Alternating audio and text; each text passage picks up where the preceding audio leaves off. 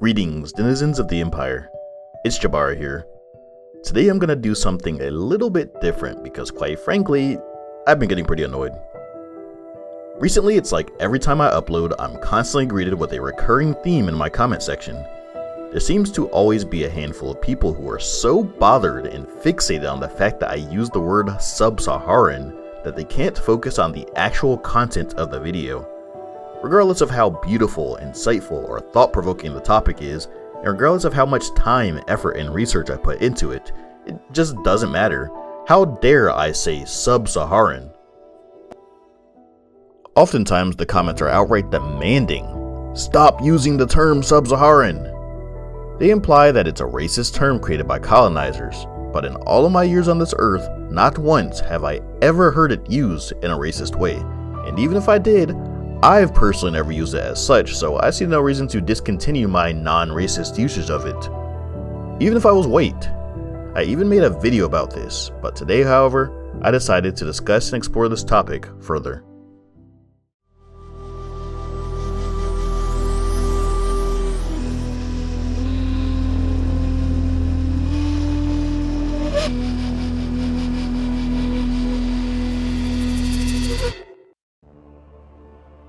So, to start things out, I'd like to describe the most common complaints that I see cited about this geographical term.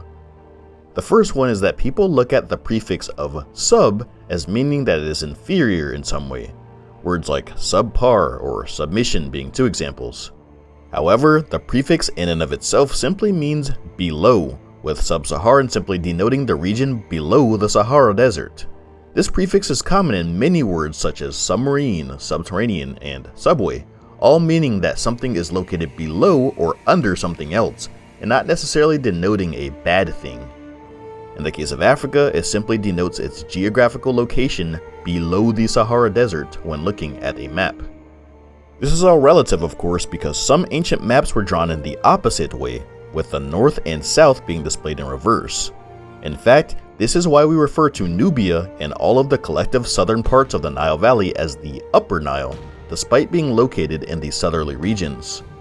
The ancient Egyptians viewed the source of the Nile as being a region that was located above them geographically. In other words, if modern cartography reflected Egyptian traditions, then today we may have referred to the region as Supra-Saharan instead. But anyway, I digress. Another common reason that is sometimes cited is the fact that Sub-Saharan is often used synonymously with black. In fact, the term was invented in 1938 for the very same reason. Instead of referring to the region as Black Africa, the term Sub-Saharan was adopted by colonial officials to create a more neutral word to describe it instead, applying a geographical term rather than a racial one, just like all other parts of the world.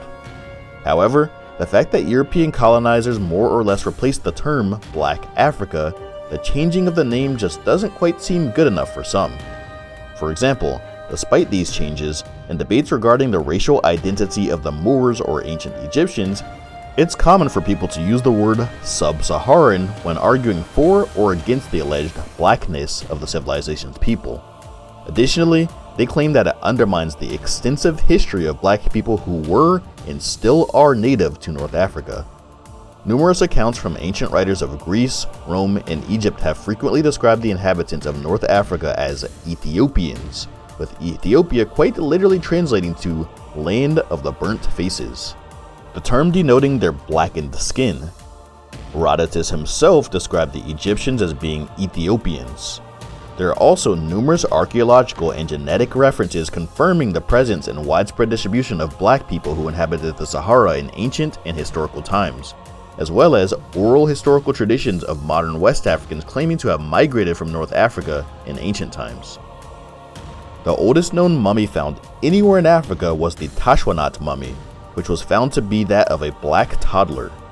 It is also theorized that these same traditions likely influenced the practice of later Egyptian pharaohs.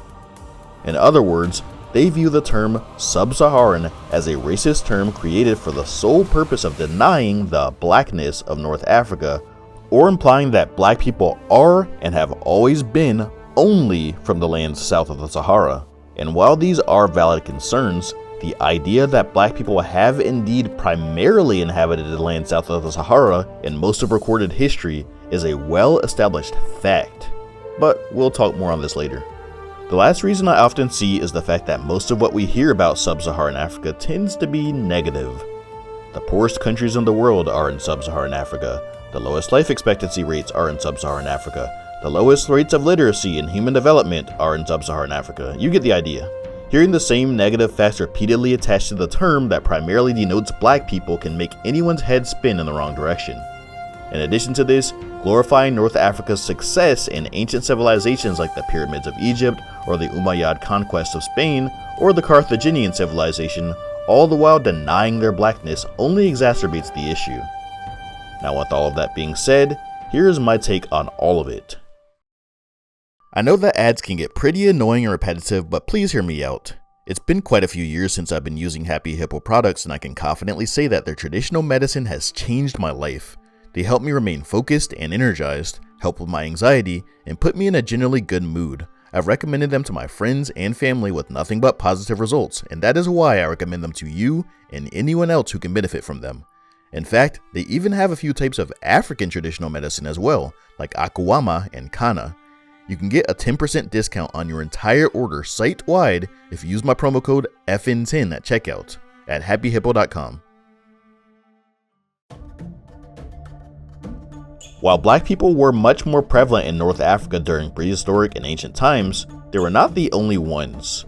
Berbers have lived in North Africa for thousands of years as well, and over the past couple of millennia have virtually replaced black people entirely in some places. Notably in the areas along the Mediterranean coast and most of the western parts of the Saharan Desert. Migrants from the Middle East, notably the Arabs, have also significantly contributed to the gene pool of the region. And this is not because of some massive influx of advanced civilizations wiping out the natives or mixing with them. The reason primarily rests in the fact that many black populations inhabited the Sahara during the African humid period, also known as the Green Sahara. Once the Sahara began to dry up around 5000 BC, many of the same people migrated south in search of greener pastures, as this was an era where many of them had just begun to adopt agriculture and animal husbandry. So yes, literally greener pastures. However, desert nomads from the Middle East who were already adapted to these types of conditions migrated into these areas that were formerly inhabited by black people. Despite this, there are still fragmented black populations throughout North Africa, including the desert, who have been there since before recorded history, but North Africa today is primarily composed of Berbers and Arabs. While Berbers and Arabs are genetically and linguistically similar, they are two distinct groups, with the former being present in North Africa for several thousands of years, and the latter only fairly recently having a notable presence in the region, after the birth of Islam. In fact, the relative blackness of Sub-Saharan Africa has been so prominent that countless historical accounts attest to it. The earliest Arab explorers to the region historically referred to the land south of the Sahara as Bilad al-Sudan, which meant land of the blacks. This same term was also used by black African historians themselves in many West African chronicles, like the Tariq al-Sudan and the Tariq al-Fatash, written in the 17th century. In both books, they often differentiated between themselves as black and the people to the north as red. Also, as you can tell, the first of the two aforementioned chronicles literally includes the word Sudan within the title of the book, translating to History of the Land of the Blacks. The Portuguese were the very first Europeans to directly sail to Sub-Saharan Africa long before the colonial or racist agendas became prevalent, and even they noticed this fact as they observed the differences as they made their way from North Africa to the lands further south. They referred to the lands south of the Sahara as Guinea, which was a term that denoted the region's black inhabitants. Portuguese ambassador Alvise da Cadamosto, the earliest European ambassador to the region, noted these dramatic differences in the year 1445. It appears to me a very marvelous thing that beyond the Senegal River, all men are very black, tall, and big, their bodies well formed, the whole of the country green, full of trees, and fertile, while on the other side, the men are brownish, small, lean, ill-nourished, and small in stature, the country sterile and arid. Even to the present day, there is a very clear and obvious difference in the overall genetic and racial makeup of North Africa and Sub-Saharan Africa. In addition to this, over 95% of North Africa's population is Muslim, while most of Sub-Saharan Africans have historically practiced traditional beliefs and only recently began to adopt Christianity much later, after European colonialism. Some parts in the Sahel, or the regions that directly border North Africa, are Muslims as well, but most of them have only adopted Islam within the past few centuries, and even the earliest ones only did so around 1,000 years ago. Obviously, this racial and religious division isn't concise to a point where you can simply step across some invisible dividing line and all of a sudden nobody there is black anymore, but in a broadly general sense, that is the case if you look at things collectively. There is a gradient in some areas, mixing in others, or completely contrasting populations in others. It all really depends on the part of Africa in question. There are still many surviving populations in North Africa, especially in the eastern regions, where populations are predominantly black. However, the fact remains, the majority of North African populations are not black, and they speak primarily Afro-Asiatic languages, which are more closely related to Middle Eastern languages than those of Sub-Saharan Africa, the latter of which primarily belongs to the Niger-Congo language family. Again, this is not an absolute rule in every single case, but in the overwhelming majority of cases, it is true. That's a lie. Afro-Asiatic languages is still spoken in Sub-Saharan Africa too, like Hausa. Yes, Dr. Kangs, as I just said, this isn't an absolute rule, but it is true in most cases. There are indeed some populations of black people in Sub-Saharan Africa who speak Afro-Asiatic languages. Most of these can be found in the Horn of Africa, notably Somali, Amharic, and the Oromo people.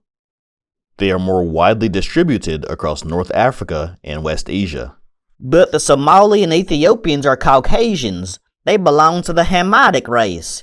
That's why they don't speak the Ooga Booga language.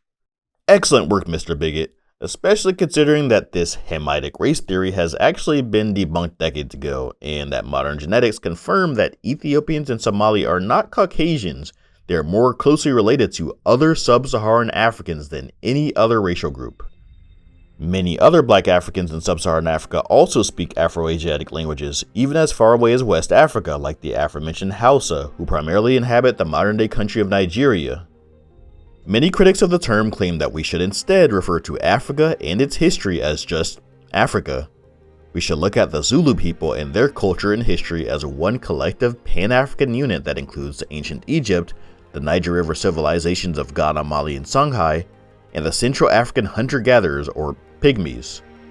However, what this does is ignore the immense cultural, linguistic, and phenotypic diversity of Africa.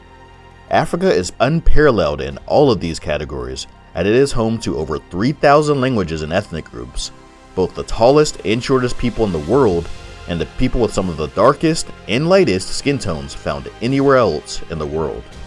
To view Africa as a whole as just Africa, and everything from it as African, and all of its people as just black, is ironically the more racist thing to do than distinguishing between Sub-Saharan Africa and North Africa. While using the word Sub-Saharan Africa more or less has its roots in colonial terminology that denoted the race of its inhabitants, it isn't racist in and of itself. Any word can be racist if used in a racist way. And while using it to distinguish between the appearance of black Africans and the lighter-skinned people of North Africa can be an overgeneralization, there is nothing racist about it. It would be like referring to a black man from Britain as an African American. That's not racist, just, well, weird. So, just to sum things up, if you look at maps of Africa's religions, people, languages, climate, and virtually anything else that can possibly be compared, there will almost always be a very notable difference between North Africa and the rest, and the reason is simple. The world's largest hot desert encompasses a third of the continent, or an area extending larger than the continental United States. Naturally, this will have a dramatic effect on what is observed in this part of Africa compared to the rest of Africa, including the people and their ways of life. So just to conclude it all, no, I won't stop using the term, and if it bothers you, well, that's just a you problem, so have a nice day. Don't forget to like, share, comment, and subscribe. And don't forget to turn on notifications. For sources, check out my website, fromnothing.info.